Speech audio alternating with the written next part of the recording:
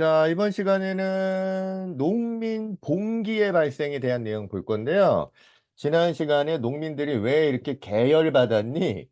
왜 이렇게 빡쳤어요? 그렇죠. 삼정의 문란이 굉장히 농민들로 하여금 빡치게 만들었죠. 짜증이 나는 거예요. 전정, 군정, 환정 중에 가장 환정했던 것이 뭐였다? 가장 빡친 게 그렇죠. 환곡이었죠. 그래서 농민들이 이제는 더 이상 못 참겠다. 이제는 전쟁이다. 해서 농민들이 힘을 모아서 봉기를 일으키게 되는데, 자, 봉기를 배우기 전문에 일단 나라가 어지러우니까 예언 사상 같은 사상이 확산되기 시작을 해요. 나라가 완전히 개차반이 되고 쑥대밭이 되고 막 망할 것 같으니까 이제 새로운 시대가 열리지 않겠느냐라는 이러한 예언 사상이 나타나게 되는 거예요. 자, 여기서 이제 배경 보면 역시나 세도 정치와 같은 쓰레기 정치 때문에 사회 불안, 백성 고통이 증가하면서 예언 사상과 그리고 또 새로운 종교가 확산되어 가는데, 그중에 첫 번째 정감록이라는 예언이 나타나기 시작을 해요. 정감록이라는 건 뭐냐? 조선 이씨 왕조가 이제 망할 때가 됐다. 갈 때까지 갔다. 자, 그러면 이씨가 아니라 정씨가 새로운 왕조를 열릴 것이다 라는 예언이에요. 그러면 왜 하필 다른 성씨도 있는데 장씨도 있잖아요. 근데 왜 정씨가 새로운 왕조를 이끌어 간다라고 예언했을까요? 다 이유가 있겠죠. 왜냐면 이 이씨 조선을 처음부터 반대했던, 그리고 끝까지 고려의 충정을 지키다가 돌아가신 누가 있죠? 그렇죠. 정몽주가 있잖아요. 그 정몽주. 응? 또 정몽주와 같은 이런 사람이 필요하다. 그래서 이씨에 반대했던, 이씨 조선의 건국을 비판했던 이 정몽주와 같은 그러한 정신을 가진 정씨 왕조가 새로운 왕조를 만들 것이다라는 예언인 거죠. 보통 나라가 이렇게 어지럽고 혼란하면 사람들이 불안하기 때문에 새로운 왕조가 나타날 것이다라는 이러한 생각들을 하게 되니까 요때 이제 정감록 같은 것들이 나타난다는 얘기예요. 자, 그리고 왕조만 바꾸는 것이 아니라 그다음은요, 아예 새로운 시대가, 새로운 세상이 열린다라는 그러한 신앙이, 종교적인 신앙이 나타나는데, 자, 미륵이 나타난대요. 미륵. 자, 이 미륵은 뭐냐? 미륵은 부처님인데, 어떤 부처님이냐면 미래에 오실 부처님. 응? 미래의 부처. 미래 부처. 그래서 미래의 부처가 새로운 세상을 창시할 것이다 라는, 이게 이제 미륵 부처예요. 이 부처님이 드디어 기다릴 만큼 기다리다가 이제 올 때가 됐다라는 신앙이에요. 그래서 요거를 그냥 미륵 신앙이라고 쓰시면 돼요. 자, 이제 미륵 부처가 도저히 이제 조선 왕조의 마지막 이 혼란의 시대를 보고 못 참겠다. 이제 내가 내려와야겠다라고 생각을 했던 거를 이야기하는 거죠. 자, 그리고 또 다음 뭐가 있냐면 동학이라는 게 있어요. 동학. 자, 일단 동학을 적어보자. 동학.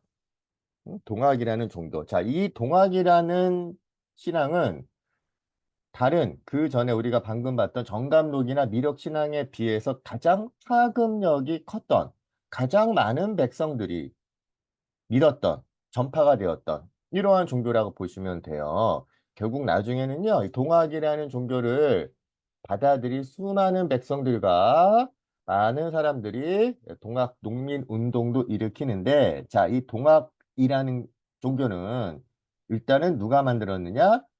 최재우가 만들었다. 최재우. 자, 여러분들, 이 최재우가 출신은 뭐냐면 양반이에요. 양반은 양반인데 몰락 양반, 그러니까 잔반인 거죠. 그래서 이제 최재우가 원래 양반 출신이기는 한데 이제 양반에서 많이 몰락을 하니까 그때 이제 많은 생각을 하고 뭔가를 깨달은 거예요. 자, 뭘 깨달았느냐? 일단 서양에서 들어오는 서학, 요거는 좀 문제가 많다.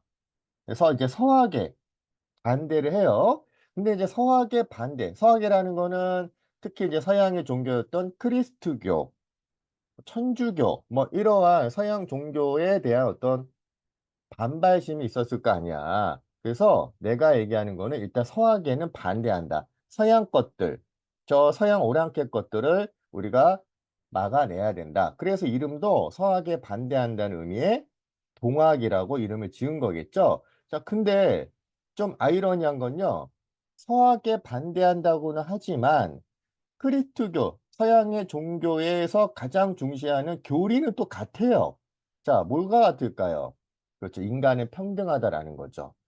보통 이제 종교는 평등 사상을 많이 내세우는데, 역시, 동학 역시 가장 내세웠던 첫 번째 주장은 인간 평등이에요. 그래서 동학의 기본 사상은 인즉천, 인내천이라고 하는데 인간은 곧 하늘이다.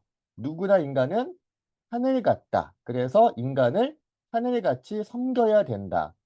여기서 인간은 쌍민이든 노비든 뭐 중인이든 양반이든 이런 거 가리지 않고 모든 인간은 다 하늘이다라는 거예요. 그래서 이러한 인간평등 사상을 당연히 그동안 신분차별을 받아왔던 계층들은 이 동학을 안 믿을래 안 믿을 수 없겠죠. 게다가 서학은 조금 인간평등을 중시하지만 왠지 좀 서양에 대한 반감이 있어. 그래서 이 동학은 우리나라가 그동안 믿어왔던 모든 종교 있어요. 유교, 불교, 도교, 민간신화 다 짬뽕해 놓은 거예요. 자, 짬뽕해 놓고 가장 핵심은 뭐다? 인간평등이다. 자, 그러니까 결국 많은 사람들이 최재우가 만든 이 동학을 믿게 되고 끝도 없이 교세가 확장이 되어 탄압을 하면 할수록 오히려 더 교세가 확장이 되는 거죠. 그래서 야, 저 교주 죽여 해서 최재우를 처형을 시키는데 오히려 교주를 죽인 이후부터 더 급격하게 백성들의 지지를 받아 교세가 확장되는 이러한 일들이 나타나게 된 거예요. 자, 요와 관련된 자료 교과서 156페이지 잠깐 보고 가실게요. 자, 우리 156페이지죠. 157페이지고요. 자, 여기 이제 정감록이라는 아까 정씨가 나라를 새로 세울 것이다라는 이러한 사상이 퍼졌다라는 이제 기록이 이렇게 또 남겨져 있고요. 그다음에 그 밑에 보면 동학에 대한 자료가 있죠. 이분이 이제 최재우고요. 이분이 동학을 창시했고요. 천주교에 대해서는 반대. 왜냐하면 천주교를 받아들이면 서양이 조선을 지배할 것이다라는 생각 때문에 그래서 이에 반대한다는 의미의 동학을 창시했는데 그동안의 모든 종교를 다 합쳐서 만든 종교이다.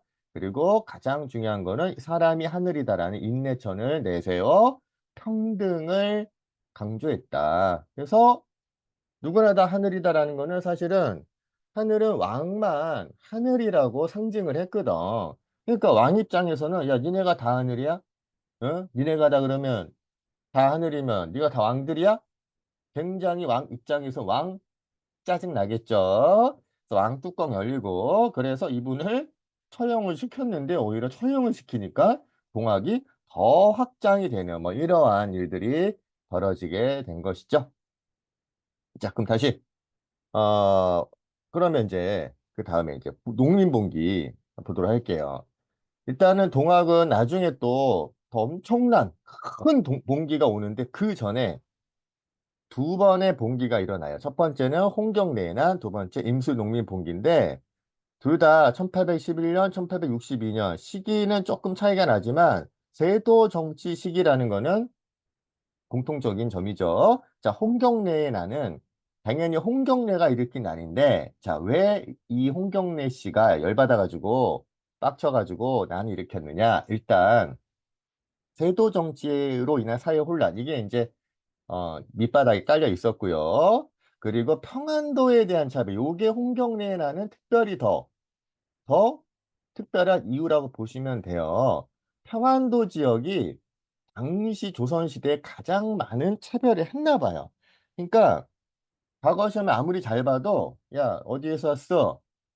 평안도인데요. 아 그러면 꺼져 이렇게 되는 거죠. 어? 그래서 아무리 시험을 잘 봐도 계속 낙방을 하니까 홍경래가 아니 왜 이렇게 지역 차별하느냐 이런 불만을 갖게 된 거죠. 그리고 이 세도 정권 안동 김씨, 풍양조 씨는요 평안도 지역에 대한 상공업을 통제했대요. 특히 이제 평안도 지역은 중국 청나라로 가는 길목이었기 때문에 이 지역 사람들은 청가의 무역을 통해서 많은 경제적인 활동을 했단 말이야. 근데 이걸 세도 정권이 통제해서 무역을 못하게 된 거예요. 그러니까 또 열받겠죠. 게다가 세금 수탈하고 이러니 이제 백성들 불만이 증대한 이러한 분위기 속에 몰락 양반 그리고 최재우 최재우 씨, 최재우가 아니라 최재우는 동학이죠. 홍경래. 자, 홍경래가 몰락한 양반 잠반 가문인데 이 사람이 이제 머리는 좋은 거예요. 그래서 나를 따르라. 혼자 할 수는 없잖아. 그래서 상공인들 중에 중소상공인들, 광산 노동자들, 또 가난한 빈농들, 이들이 다 이제 가세해서 봉기를 일으킨 거예요. 그래서 한때 청천강 이북 지역을 장악할 정도로 세력이 엄청나게 컸다가 안타깝게도 정주성에서 패배하며 실패하기는 하지만 그래도 어쨌거나 이 통치 체제를 아예 부정하는 이러한 자원이었다. 그러니까 왕과 정부에 대해서 이거에 대한 부정, 비판을 했던 그런 공기였고 또 이것이 시발점이 되어서 이후 농민봉기에 큰 영향을 끼치죠. 바로 그 이후의 농민봉기는 뭐가 돼? 임술농민봉기예요. 그럼 왜 임술이냐? 임술년에 일어났기 때문이에요. 임술년이 1862년이에요. 그러니까 임술년에 일어난 농민봉기가 한두 개가 아니라는 거예요. 너무 많은 봉기들이 일어나니까 이거를 한꺼번에 임술농민봉기다라고 하는데 자, 그래서 일단 임술농민봉기 9번 적으시면 돼요. 임술농민봉기는 왜 일어났느냐? 역시나 이 농민들이 일으킨 봉기잖아. 아까 홍경래에 나는 뭐 농민도 있지만 노동자들, 상공인들, 또 잔반 다양한 계층이 했던 건데 임술 농민봉기는 말 그대로 농민들이 많이 해요. 근데 왜 이렇게 농민들이 이런 봉기 일으켰냐면 삼정의 문란이 가장 컸죠. 전정, 군정, 환공. 그래서 이 삼정의 문란과 세도 정치 시기의 탐관오리 수탈에 맞서서 가장 먼저 진주에서 유계춘이라는 분이 진주에서 가장 먼저 이 봉기를 일으킨 것이 시발점이 되어서 그래서 주변에 농민들이 많은 전라도, 충청도 지역으로 즉 전라도, 충청도, 경상도 요거를 합쳐서 삼남이라고 해요. 삼남지방 농민들이 아주 많은 농촌이 많은 이러한 삼남 지방에 확산되었던 것이 임술 농민 봉기였다. 자, 너무나도 많은 농민들이 1862년에 대대적으로 봉기를 일으키니까 이 정부에서도 모른 척할 수 없는 거예요. 이대로 가다가는 농민들이 서울까지 한양까지 쳐들어올 것 같아. 그래서 일단 이 농민들에 대해서 달래줘야겠다. 농민들이 원하는 거를 조금이나마 들어주는 신용이라도 해야 되겠다 해서 만든 것이 삼정이정청이에요. 자, 삼정이정청은 삼정의 문란 때문에 농민들이 봉기 일으켰다고 했잖아. 그래서 어떻게 하는 거야? 삼정의 문란을 좀 시정해 주겠다라는 삼정을 이정, 바로 잡겠다라는 관청이에요. 그래서 농민들의 조세 부담을 좀 완화해 주겠다라는 개혁안을 마련했지만 실제로 이 개혁이 제대로 시행되진 않겠죠. 여러분들 지금도 많은 노동자들, 농민들이 막 이렇게 시위를 하면 정부에서도 야, 다 들어줄게 라는 식으로 막 합의를 보지만 또 나중에 또 언제 그랬냐는 식으로 안 하는 경우 많잖아요. 그래서 결국 이 삼정이정청은 별로 제대로 이 삼정을 개혁하겠다라는 일들을 제대로 하지 않아서 또 실패해요. 자, 그러나 어쨌든 이 임술 농민봉기 역시 결국은 대부분 진압됐지만 농민들이 직접 이 조세제도의 폐단에 맞서서 저항했다라는 거. 그만큼 농민들이 잘못된 것은 바로 잡아야 된다. 우리가 가만히 당하는 것이 아니라 이제는 적극적으로 우리의 권리를 위해서 우리의 어떤 생존을 위해서 일어나야 된다라는 사회 의식이 성장했다라는 거를 보여주는 사건이었다. 요렇게 이해하시면 돼요. 그래서 홍경래난이 임술농민봉기로 이어지고 임술농민봉기는 아까 선생님이 얘기했던 동학이라는 종교가 농민들 위주로 주로 많이 확산됐다고 했잖아. 그래서 또 훗날 동학농민봉기로 이어져요. 그 동학농민봉기는 우리 다음 단원에 배울 예정이에요. 자, 그래서 오늘 이렇게 안타까운 우리 조선 후기 세도 정치 시기에 이러한 농민 봉기에 대해서 배워봤고요. 오늘은 여기까지 하고 마무리할게요. 오케이, 안녕.